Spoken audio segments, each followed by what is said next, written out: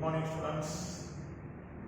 இன்னைக்கு நம்ம ஒரு மிக முக்கியமான கான்செப்ட் பற்றி பார்க்க போகிறோம். பெரும்பாலான மாணவர்கள் எனக்கு ஃபோன் பண்ணி இந்த கேள்வி கேட்டே இருக்காங்க. சார், இந்த பொதுத்துறை நிறுவனங்கள் தனியார் மயமாக்கப்படுவதனால நமது டிஎன்பிஎஸ்சி வேலை வாய்ப்புகள் குறையுமா சார் அப்படின்னு. அதற்கு விளக்கம் கூறுவதற்காக தான் இப்போ நாம் இந்த டாபிக் எடுத்துருக்கோம். இதை இப்போ இந்த கொரோனாவுடைய இஷ்யூனால தான் இப்போ மத்திய அரசாங்கம் இந்த முயற்சி எடுத்திருக்காங்க. மே 12ஆம் தேதி மதிப்பிற்கு பாரத பிரதமர் நரேந்திர மோடி அவர்கள் ஒரு புதிய வார்த்தை ஒன்று அறிமுகப்படுத்தினார் இல்லையா? ஆத்ம நிர்பர் பாரத், தமிழ சுயசார்பு இந்தியா அப்படின்னு அந்த வார்த்தையை சொன்னாங்க. இந்திய மக்கள் சுயசார்பு தன்மை அடைய வேண்டும். அப்போ அதற்கு உண்டான வழிமுறைகளையும் வகைகளையும் நிதியமைச்சர் திரு நிர்மலா சீதாராமன் அவர்கள் சொல்லியிருந்தாங்க. அவங்க 1, 2, 3, 4, 5 கட்டமாக அனௌன்ஸ் பண்ணாங்க. அதில் 4வது கட்டமாக சொல்லப்பட்ட வார்த்தைகள் தான் பிரைவேடைசேஷன் ஆஃப் பிஎஸ்யூஸ், பொதுத்துறை நிறுவனங்கள் தனியார் மயமாதல் அப்படின்னு சொல்லுவாங்க. இப்போ இதனால வேலை வாய்ப்புகள் ஃபுல்லும் குறையுமா சார், அடுத்து நாங்கள் படிக்கலாமா வேண்டாமா அப்படின்னா நிறைய கேள்வி கேட்குறாங்க. இப்போ இந்த பொதுத்துறை நிறுவனங்கள் அப்படின்னா என்னங்கிறத முதல்ல நாம் பார்க்க போகிறோம். அரசு துறை நிறுவனங்கள், பொதுத்துறை நிறுவனங்கள், இதுதான் நம்ம ஆர்கனைஸ்டு செக்டார் அப்படின்னு சொல்றோம். முறை சார்ந்த தொழிலாளர் அமைப்பு. இந்தியாவுடைய ஒர்க் ஃபோர்ஸ்ல 2% சேர்ந்துச்சு அப்படின்னா கிட்டத்தட்ட 8.5% அரசு ஊழியர்கள் இருக்கின்றார்கள். தனியார் துறை பொறுத்த வரைக்கும் 2 சேர்ந்து 8.5%. இது போக ஆர்கனைஸ் செக்டார்ல பிரைவேட்ஸும் வருவாங்க. பிரைவேட்ஸ் நம்ம 2014 ஸ்டேட்டஸ் வராதான் 2.3% தான் பிரைவேட்ல ஒர்க் பண்றாங்க. மிச்சம் எல்லாமே நமக்கு அன்ஆர்கனைஸ்டு தான் வருவாங்க இல்லையா? முக்கியமாக வேளாண்மை சார்ந்த நாடு இந்தியா. அதனால அப்ப கவர்மெண்ட் செக்டாருக்கும் பப்ளிக் செக்டாருக்கும் கிட்டத்தட்ட ஒரு 4.5%, 4% தான் மேக்ஸிமம் இருக்கிறாங்க. அப்ப கவர்மெண்ட் செக்டாருக்கும் பப்ளிக் செக்டாருக்கும் என்ன சார் டிஃபரன்ஸ் அப்படின்னா, கவர்மெண்ட் செக்டார் என்பது முழுமையாக அரசே நடத்தக்கூடியது. எப்படி நடத்துவாங்க? அமைச்சகங்கள் நடத்தும், நிர்வாகத்துறை நடத்தும், நீதிமன்றங்கள் கீழே வரும், போலீஸ் துறை அவங்கவுங்க துறைக்கு கீழே அவங்கவுங்க வேலையாட்களை கொண்டு நியமிக்கப்படுது கவர்மெண்ட் செக்டார். பப்ளிக் செக்டார்ல என்ன இருக்கும் அப்படின்னா, அரசாங்கத்தினுடைய பங்களிப்பு 51% அல்லது அதற்கு மேற்கொண்டு இருக்கும். மீதம் இருக்கக்கூடிய சதவீதம் தனியார் வசம் கொடுக்கப்பட்டிருக்கும் அல்லது ஷேர்களாக கொடுக்கப்பட்டு தனியாருக்கு கொடுக்கப்பட்டிருக்கும். fully owned by or can be given by shares. இதுதான் நமக்கு பப்ளிக் செக்டாருடைய ஃபர்ஸ்ட் டெஃபினிஷன். அரசு துறை என்றால் என்ன, பொதுத்துறை என்றால். சரி, இப்போ ரெண்டுலையுமே நம்ம 8.5% வேலையாட்கள் பணிபுரிகின்றார்கள் அப்படின்னு பார்க்கிறோம். இப்போ இது ரெண்டுக்கும் எப்படி அப்படின்னா, 2 வேலை ஆட்களுமே தொழிலாளர் சட்டத்திற்கு கீழ் உட்படுத்தப்படுபவர்கள் தான். அதுல உங்களுக்கு என்ன கிடைக்கும்? பிஎஃப் வரும், இஎஸ்ஐ வரும், கிராஜுவிட்டி வரும், போனஸ் வரும், பென்ஷன் வரும் அரசு துறை ஊழியர்களுக்கு. ஆனால் பிஎஸ்சிக்கு கீழே பிஎஃப், இஎஸ்ஐ, கிராஜுவிட்டி, போனஸ் எல்லாம் உட்படுத்தப்பட்டிருந்தாலும் கூட பென்ஷன் இங்கே கிடையாது, ஓய்வூதியம் இங்கே இல்லை அப்படின்னு சொல்றோம். அப்ப அரசு துறைக்கு சம்பளம் யார் பட்டுவாடா பண்ணுவாங்கன்னா அரசு துறை செய்யும்.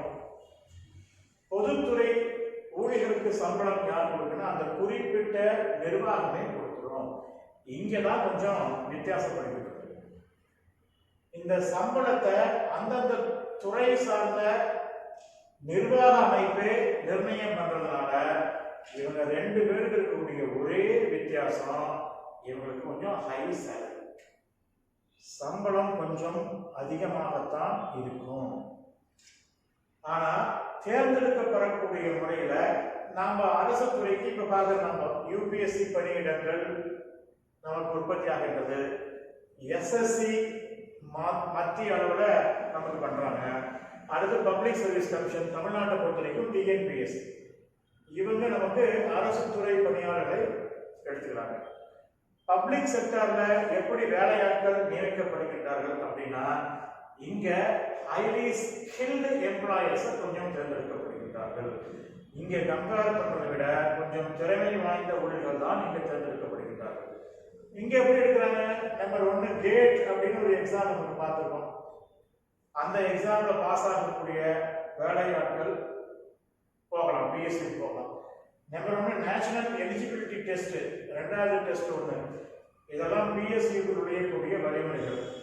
மூணாவது, அந்த சம்பந்தப்பட்ட இன்ஸ்டிடியூஷனே டைரக்ட் ரெக்ரூட் பண்ணிட்டு போவாங்க. தேர்வு எதுவும் வைக்காம அவங்களே ஒரு இன்டர்வியூ ரெக்ரூட் பண்ணி தனக்கு வேலையாட்களை எடுத்துக்குவாங்க.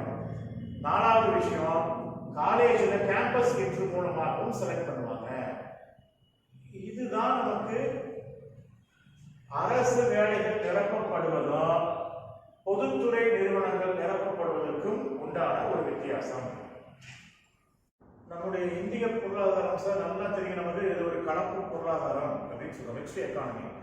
அரசு துறையும் தனியார் துறையும் இணைந்துதான் செயல்படுது. அதுக்கு நல்ல எடுத்துக்காட்டு பிஎஸ்சி தான் இல்லையா? ஆனால் அரசுடைய பங்களிப்பு கொஞ்சம் எப்பவுமே அதிகமாக தான் இருக்கும், 51%. இந்த மாதிரி பப்ளிக் செக்டர் அண்டர்டேக்ஸிங்க இந்தியாவில் முதல்ல அறிவுறுத்தியது யார் அப்படின்னா டாக்டர் வி கிருஷ்ணமூர்த்தி. அவர் தான் நம்ம father of public sector undertakings in India அப்படின்னு சொல்றோம். முதல்ல 1951 5 பொதுத்துறை நிறுவனங்கள் தான் ஏற்படுத்தப்பட்டது, கலப்பு பொருளாதாரத்துக்கு எடுத்துக்காட்டாங்க. அப்ப பிஎஸ்யூ இப்போ வரைக்கும் 2 விதமாக தான் பிரிச்சிருக்கோம். சென்ட்ரல் பப்ளிக் செக்டர் அண்டர்டேக்கிங்ஸ், இன்னொன்று ஸ்டேட் லெவல் பப்ளிக் என்டர்பிரைசஸ், மாநில அளவிலான பொதுத்துறை நிறுவனங்கள், இன்னொன்று மத்திய நிறுவனங்கள். இது ரெண்டுக்கும் என்ன வித்தியாசம் அப்படின்னா, இது கம்ப்ளீட்டுமே ஸ்ட்ராட்டஜிக் அப்படின்னு சொல்றோம். முக்கியத்துவம் வாய்ந்த துறைகள் கண்டிப்பாக மத்திய அரசாங்கத்திடம் மட்டும்தான் இருக்கும். எடுத்துக்காட்டாக ஆர்ம்ஸ் அண்ட் அமினிஷன், வெடிபொருள் மற்றும் வெடிபொருள் தயாரிப்பு பொருட்கள் தனியார் வசம் கொடுக்கப்பட இயலாது. இரண்டாவது, அட்டாமிக் எனர்ஜி, அணு சக்தி உற்பத்தி துறையில மத்திய அரசாங்கம் மட்டும்தான் கையாளும். அதுபோக ரயில்வே மற்றும் டிரான்ஸ்போர்ட், இதெல்லாம் ஆரம்ப காலத்துல இருந்து இன்னைக்கு வரைக்கும் ஸ்ட்ராட்டஜி துறையின் கீழே தான் வருகின்றது. இப்போ இதுலயும் கொஞ்சம் பிரைவேடைசேஷனுக்கு நாம சிறிது மாறுதலுக்கு உட்பட்டு, கட்டுப்பாடுகளுக்கு உட்பட்டு தனியார் துறையை ஈடுபடுத்துவதாக இப்பொழுது தற்சார்பு இந்தியா திட்டத்தின் கீழ் அறிவுறுத்தப்பட்டிருக்கிறது. நாளடைவில் பொருளாதாரம் உயர 1991 246 பிஎஸ்யூக்கள் இருந்துச்சு. இப்போ நம்மளுக்கு தெரியும் எல்பிஜி, லிபரலைசேஷன், பிரைவேடைசேஷன், குளோபலைசேஷன். பெரும்பாலான துறைகளில் தனியாருடைய பங்களிப்பு மிக அதிக அளவில் ஏற்படுத்தப்பட்டது. அப்போ முதலீட்டினுடைய அடிப்படையில் பொதுத்துறை நிறுவனங்களை வகைப்படுத்த ஆரம்பித்தார்கள். ஏன்னா கணக்கில் அடங்காத முதலீடுகள் வெளிநாட்டிலிருந்து வருவது மட்டுமல்லாமல் பப்ளிக் செக்டருடைய பெருகம் கொஞ்சம் அதிகமாக போச்சு, வருமானங்கள் கொஞ்சம் பெருகி காணப்பட்டது. அப்போ 1997 மத்திய அரசு நவரத்னா என்கின்ற அந்தஸ்தை முதல்ல ஏற்படுத்தியது. நமக்கு தெரியும், நவரத்தினங்கள் முதல்ல விக்ரமாதித்யர் இந்த வார்த்தையை முதல்ல பயன்படுத்தினார். அமைச்சரவைகள், அறிஞர்கள், தலை சிறந்த அறிஞர்கள் எண்ணிக்கை. இரண்டாவது, அக்பரும் இந்த நவரத்தினங்களை பயன்படுத்தியிருப்பார் இல்லையா? அதனுடைய அடிப்படையில் தான் இது 9 நவரத்தினங்கள் முதல் முறையாக 1997 பிஎஸ்யூக்கு ஒரு அந்தஸ்து ஒன்று வழங்கப்பட்டது. 2010 இந்த பொதுத்துறை நிறுவனங்கள் தாங்கள் ஈட்டக்கூடிய லாபத்தில் எவ்வளவு முதலீட்டினை மறு முதலீட்டுக்கு பயன்படுத்திக் கொள்ளலாம் என்பதனை அடிப்படையாக கொண்டு பொதுத்துறை நிறுவனங்கள் மீண்டும் வகைப்படுத்தப்படுகின்றன. அதில் முதல்ல மகாரத்னா, நவரத்னா, மணிரத்னா 1, மணிரத்னா 2. தாங்கள் ஈட்டக்கூடிய லாபத்தில் 1000 கோடியிலிருந்து 5000 கோடி வரை அல்லது மொத்த மதிப்புல 15% அவர்கள் மறு முதலீட்டுக்கு பயன்படுத்திக் கொள்ளலாம். இது எல்லாமே இந்த மாதிரி நிறுவனங்கள்ல மகாரத்னா நிறுவனங்கள் சொல்றாங்க. தொடர்ச்சியாக 3 ஆண்டுகளுக்கு 20,000 கோடி ரூபாய் ரூபாய் மேல லாபங்கள் ஈட்டி இருக்க வேண்டும் அந்த நிறுவனங்கள். அதுதான் மகாரத்னா. இப்போ மொத்தமா 10 நிறுவனங்கள் இருக்கு. NTPC national thermal power corporation, stainless steel authority of India, SAIL oil and natural gas company, Bharat heavy electrical limited, Indian oil corporation limited, Hindustan petrol corporation limited, coal India limited, gas authority of India limited, BPCL power grid. இந்த மாதிரி மொத்தம் 10 மகாரத்னா நிறுவனங்கள் 2019 October ஆண்டு status பிரகாரம் இருக்கு. இந்த status நான் கொடுத்திருக்கிறது அக்டோபர் 2019 வரைக்குமான தகவல். அடுத்தது நவரத்னா நிறுவனங்கள் என்று சொல்கிறார்கள். நவரத்னா சார் 1000 கோடி வரை மட்டுமே தங்களது முதலீட்டினை செலுத்தினாங்கன்னா அதுக்கு பேரு நவரத்னா நிறுவனங்கள் பேரு. நவரத்ன நிறுவனங்கள் 2019 அக்டோபர் கால வரம்புக்கு உட்பட்டு மொத்தம் 14 கொடுத்திருக்காங்க. BEL, EIL, Mahanagar telecom Nigam limited, national building corporation company, Neyveli corporation India, PFC power finance corporation, Concor, Hindustan aeronautical limited, national aluminium corporation, NMDC, OAL, shipping corporation of India, RANL. இந்த மாதிரி மொத்தம் 14 நிறுவனங்கள் நவரத்னா வருகின்றது. அதுபோக ஏழு ஸ்டார்ட் அப் சொல்றது மணிரத்னா 1, மணிரத்னா 2 500 கோடி வரை அவர்கள் முதலீடு செலுத்திக் கொண்டால் அதற்கு மணிரத்னா 1 பேரு. 300 கோடி வரை அவங்க முதலீட்டை மேற்கொண்டு அவங்க தொழிலை ஈடுபடுத்திக் கொண்டா அதுக்கு பேர் மணிரத்னா 2 பேரு. மொத்தமா 74 இருக்கு. மகாரத்னா மொத்தம் 10, நவரத்னா மொத்தம் 14, மணிரத்னா 1 மற்றும் 2 ரெண்டும் சேர்ந்து 74. 1000 இருந்து 5000 கோடி வரை, 1000 கோடி வரை, 500 கோடி வரை, 300 கோடி வரை முதலீட்டை அவர்கள் மீண்டும் தங்களது தொழில் அபிவிருத்திக்கு பயன்படுவதை கொண்டு 2010ஆம் ஆண்டு இந்த வகைப்படுத்தல் ஏற்படுத்தப்பட்டிருக்கிறது. பொதுத்துறை நிறுவனங்கள் இந்தியாவுடைய பொருளாதாரத்துக்கு மிகச்சிறந்த பங்களிப்பு நல்ல செவ்வன பண்ணிட்டு இருக்காங்க. கரெக்டு. ஆனால் நாளடைவில் ஒரு சில பொதுத்துறை நிறுவனங்கள் மட்டுமல்லாம பெரும்பாலான பொதுத்துறை நிறுவனங்கள் நஷ்டத்துல இயங்க ஆரம்பிக்கின்றது. அப்போ 1999 2004 வருஷத்துல பிஜேபி தலைமையில் இருந்த NDA அரசு அப்போ ஒரு பாலிசி ஒன்று அறிவுறுத்துறாங்க, டிஸ்இன்வெஸ்ட்மெண்ட் பாலிசி. அதாவது பொதுத்துறை நிறுவன அரசுடைய பங்குகளை குறைத்து தனியாருடைய பங்குகளை அதிகரித்தல். எதுக்காக? ஒன்று ரெட்டேபிசம், எல்லா வேலையும் தாமதம், 4 நாள்ல முடிக்கக்கூடிய வேலையை 4 வருஷம் ஆனாலும் அவங்களுக்கு பண்றது கிடையாது. 2 இன்எஃபிஷியன்சி, காரணம் திறமையின்மை. 3 எதுக்காக இந்த வேலையெல்லாம் பண்றாங்க? ஊழல், கரப்ஷனுக்காக தான்.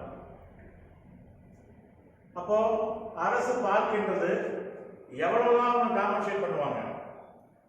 கோல் இந்தியா நிறுவனம்னா 2012ஆம் ஆண்டு வாக்குல 1% உழைப்பை மட்டும்தான் ஒரு ஆண்டுக்கே கொடுத்துருக்கு. அதாவது 100% பங்களிப்பு ஒரு இடத்துல வேணும் அப்படின்னம்னா 1% மட்டும். ஆனா பண்ணக்கூடிய ஊழலுக்கு ஃபுல்லும் அதே சம்பளம் தான். வேலை எவ்வளவு எக்ஸ்ட்ராக்ஷன் ஒன்லி 1%.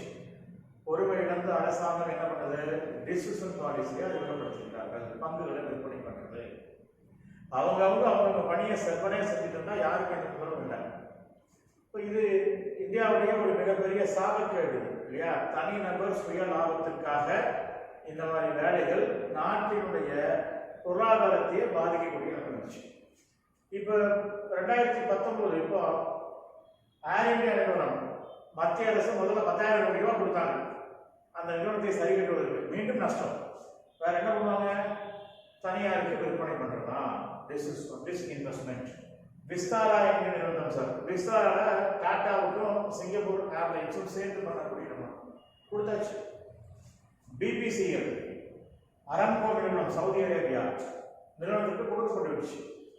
LIC உடைய ஒரு பகுதி பங்குகள் கூட என்ன பண்ணுங்க விற்பனைக்கு கொடுக்கப்பட்டிருக்கு. இப்போ இந்த மாதிரி பண்றதுனால என்னென்ன நிகழ்வுகள் நடக்கும் அப்படின்னா, தனியார் பங்களிப்பு அதிகமாக வரும் பொழுது ஆட்டோமேட்டிக்கா வேலையாட்களை எப்படி வேலை வாங்குறது அவருக்கு நல்லாவே தெரியும் இல்லையா? ரெண்டாவது இன்எஃபிஷியன்சியை தூக்கிட்டு திறமை உள்ளவர்களை மறுபடியும் ரீஅப்பாயின்ட் பண்ணுவாங்க. தனியார் நிறுவனங்கள்ல கேள்வி கேட்பாட இருக்காது இல்லையா. மூன்றாவது ஆட்டோமேட்டிக்கா ஊழல் என்ன நமக்கு குறையும். இதற்காகத்தான் மத்திய அரசு இந்த பிரம்மாஸ்திரத்தை கையில எடுத்திருக்கு, தனியார் மயமாக்கல் என்கின்றது. சுயசார்பு இந்தியா திட்டத்தின் கீழ் பொதுத்துறை நிறுவனங்கள் கிட்டத்தட்ட 8 துறைகள் தனியார் மயமாக்கப்படும் என்று நிதியமைச்சர் அறிவித்துள்ளார். அந்த 8 துறைகள் என்ன? முதல்ல ஒன்று நிலக்கரி. நிலக்கரியில் உடனடியாக 50 சுரங்கங்கள் ஏலத்துக்கு விடப்படும். கூட மினரல்ஸ் 500 பாக்சைட் சுரங்கங்கள் இரண்டும் ஒரு சேர ஏலத்தில் விடப்படும் என்று சொல்லப்பட்டிருக்கிறது. இது உடனடியாக நடைபெறப்படும். மூன்றாவது டிஃபென்ஸ், பாதுகாப்பு. பாதுகாப்பு தளவாடங்கள், ஆயுதங்கள், உபகரணங்கள் இவற்றையெல்லாம் செய்வதற்குண்டான அந்நிய வெளிநாட்டு முதலீடு 49% 74% அதிகரிக்கப்பட்டுள்ளது. இது மிக மிக முக்கியமாக கருதப்படுகிறது. ஏன்னா நம்ம நாடு, இந்திய நாடு சமீபத்திய குறியீடுகளின் பிரகாரம் உலக நாடுகளில் மிக அதிக அளவு ஆயுதங்களை இறக்குமதி செய்யக்கூடிய பட்டியல்ல 4வது இடத்தில் இருக்கின்றது. பட்ஜெட்ல மிக பெரிய தொகையானது ஆயுத தளவாடங்கள் கொள்வதற்காக செலவு செய்யப்படுகின்றது. அப்போ இந்தியாவிலேயே உள்நாட்டிலேயே உற்பத்தி செய்யப்பட்டால் இறக்குமதி செய்யப்படுவதற்கு உண்டான தொகை பெருமளவில் கட்டுப்படுத்தப்படும். இது ஒரு மிக முக்கியமான கருதுகோளாக கருதப்படுகின்றது. ஏர்போர்ட் 4வது துறை, தனியார் மயமாக்கப்பட உள்ள துறை ஏர்போர்ட்ஸ், விமான நிலையம். நாட்டில் உள்ள 6 விமான நிலையங்கள் ஏலத்தின் மூலமாக தனியாருக்கு விடப்படுகின்றது. கிட்டத்தட்ட அதனால மத்திய அரசாங்கத்துக்கு 13,000 கோடி ரூபாய் லாபம் ஈட்டும் என்று எதிர்பார்க்கப்படுகிறது. ஏர்போர்ட்ஸ் மேனேஜ்மெண்ட், விமான நிலைய மேலாண்மை. இந்தியாவில் தற்போது வான்வெளி பரப்புகள்ல 60% வான்வெளி பரப்புகள் மட்டுமே உபயோகத்தில் பயன்படுத்தப்படுகின்றது. அப்ப இந்த மேலாண்மை மூலமாக மீதம் இருக்கக்கூடிய 40% சரியான முறையில் பயன்படுத்தப்பட்டால் விமானம் பயணம் செய்யக்கூடிய நேரம் குறைவதன் மூலமாக எரிபொருள் மிச்சப்படுத்தப்படும் என்று கருதப்படுகின்றது. 6வது பவர் டிஸ்ட்ரிபியூஷன், மின்சார விநியோகம். மத்திய அரசாங்கத்தின் கீழ் செயல்படக்கூடிய சென்ட்ரல் அட்மினிஸ்ட்ரேட்டட் யூனியன் டெரிட்டரிஸ், மத்திய அரசாங்கத்தின் கீழ் செயல்படக்கூடிய ஒன்றிய பகுதிகளில் மின்சார விநியோகம் தனியார் மயமாக்கப்படும். 7வது ஸ்பேஸ், விண்வெளி. விண்வெளியில எல்லா துறைகளும் இஸ்ரோ ஒரு மிகப்பெரிய லாபம் ஈட்டி தரக்கூடிய ஒரு மத்திய அரசின் கீழ் செயல்படக்கூடிய ஒரு நிறுவனம்.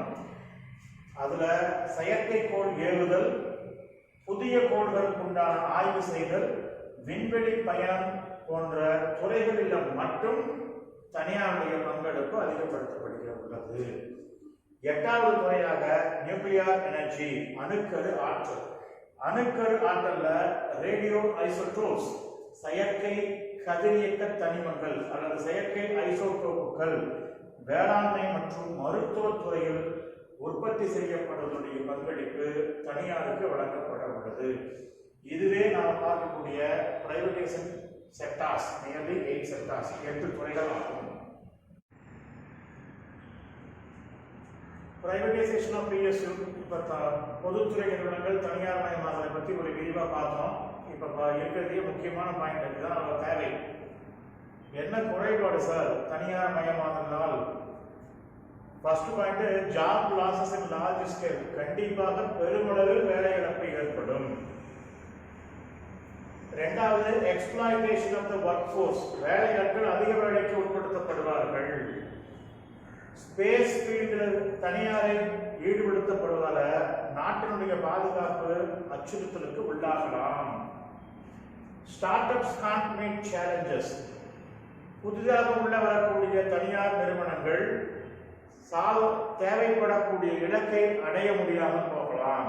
இதெல்லாம் தனியார் மயமாதல் உள்ள சிக்கல்கள். ஆனால் நன்மைகள் என்ன? பூஸ்ட் இண்டிஜினியஸ் ப்ரொடக்ஷன், உள்நாட்டு உற்பத்தி கண்டிப்பாக அதிகரிக்கும். இரண்டாவது, லீட் டு லோவர் பிரைசஸ், அதனால் உள்நாட்டிலேயே உற்பத்தி செய்யப்படுவதால் விலை கண்டிப்பாக குறையும். ஏன்னா இறக்குமதி செய்யப்படக்கூடிய பொருட்களுக்கு உண்டான வரி நாம செலுத்த வேண்டிய அவசியம் கிடையாது. இம்ப்ரூவ்டு குவாலிட்டி, தரம் உயரும். லெஸ் கரப்ஷன், ஊழல் குறையும். சார் அப்ப என்ன சார், ஜாப் லாசஸ், வேலை வாய்ப்பு குறையுமா சார்?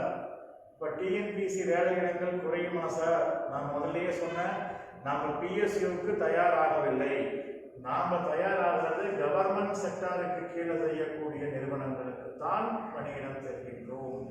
அதனால வேலை வாய்ப்பை பத்தி பயம் இங்கதானே தவிர நமக்கு இங்க கிடையாது. ஆகவே நடக்கிறது நடந்தபடியே தான் இருக்கும். எந்த விதமான பயமும் அச்சமும் கொள்ளாமல் உங்களது பணியை செவ்வனே செய்து விரைவில் அறிவிக்கப்பட உள்ள குரூப் 1 தேர்வை நன்றாக எழுதுங்கள். மேற்கொண்டு குரூப் 2 அண்ட் குரூப் 2A மற்றும் குரூப் 4 VAO தேர்வுகள் கண்டிப்பாக இந்த வருடம் நடக்கும் என்பதை நான் ஏற்கனவே வந்த வீடியோவில் சொல்லியிருக்கேன். ஆகவே வேலை குறையும் என்பது PSU பொதுத்துறை நிறுவனங்கள் தான். அதுக்கு நாம் இது வரைக்கும் தயாராகவே இல்லை. என்ன சொன்னா, எப்படி இருக்கிறாங்க? GATE exam, NET, direct recruitment, campus in colleges, அதை நாடு மூலமாக தான் PSU பணியிடங்கள் நிரப்பப்படுகின்றதே ஒழிய நம்ம போட்டித் தேர்வு அரசு துறையின் கீழே PSU வேலை நிரப்பப்படுவது வரவில்லை. ஆகவே இந்த மகிழ்ச்சியை மனதில் கொண்டு உங்களது படிப்பை நன்றாக தொடருங்கள். வணக்கம்.